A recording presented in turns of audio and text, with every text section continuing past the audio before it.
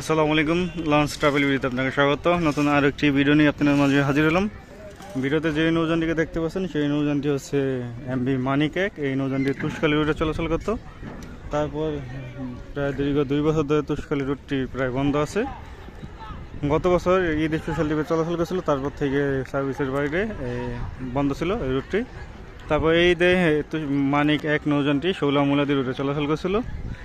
তারপর কদিন আগে এই নৌযানটিকে ডগে নিয়ে আসা হয়েছে। ডগে নিয়ে আসার কারণ হচ্ছে টুকিটাকি কাজ করানো হচ্ছে। দেখতে পাচ্ছেন যে ক্ষতিগ্রস্ত প্লেট, এখানে প্লেট লাগানো হয়েছে।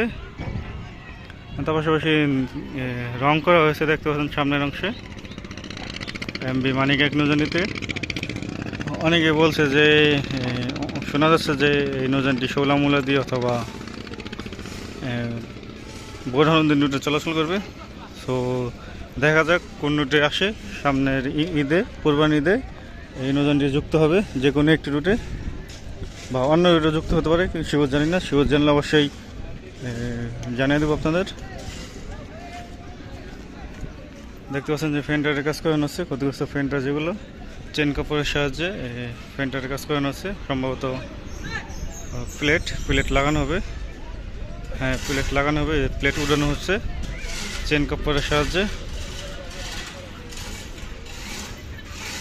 পুরো বডিতে রং করা হবে, তারপর শশী লাইটিংয়ের কাজ করানো হবে। তো এই দেখতে পাচ্ছেন এমভি মানিক এক নৌযানটি আসন্ন সামনে কুরবানিতে যুক্ত হবে যে কোনো একটি রুটে। পুরোপুরি বডিতে রং করা হয়েছে, দেখতে পাচ্ছেন। কেবিনের কাজও কিছু টুকিটাকি কাজ করানো হচ্ছে, তারপর লাইটিংয়েরও কাজ করানো হচ্ছে। পুরো নতুন জাহাজের মতো দেখা যাচ্ছে। অবশ্য উপরে গেলে দেখানো যেত, কিন্তু কর্তৃপক্ষ উপরে যাওয়া নিষেধ, সেই কারণে উপরে যেতে পারলাম না। দূর থেকে দেখা যাচ্ছে যে কাজ করানো হচ্ছে ক্যাবিনেট। তো এই ছিল এমভি মানিক এককে নিয়ে সর্বশেষ আপডেট। ভিডিও যদি ভালো লাগে অবশ্যই লাইক কমেন্ট শেয়ার করবেন, আর চ্যানেলে নতুন থাকলে সাবস্ক্রাইব করবেন, পাশে থাকা বেল আইকনটি অন করে দেবেন।